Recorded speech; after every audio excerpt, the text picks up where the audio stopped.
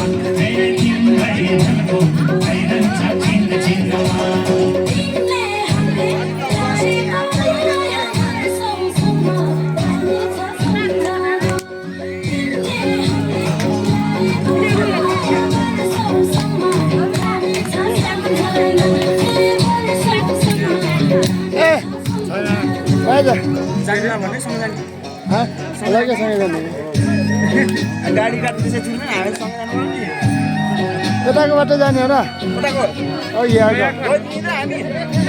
यताबाट छिटो हुन्छ र क्या पिच बाटो छ र क्या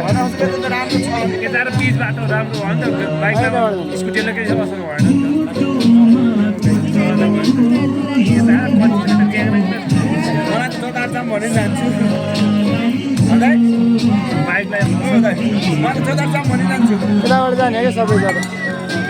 केसलाई असर भएन अब कसो यहाँ अब क्या उभिन भन्दा बस्छ के हजुर नानी कति सोझो हो अनि कति सोझो भनेको चुइको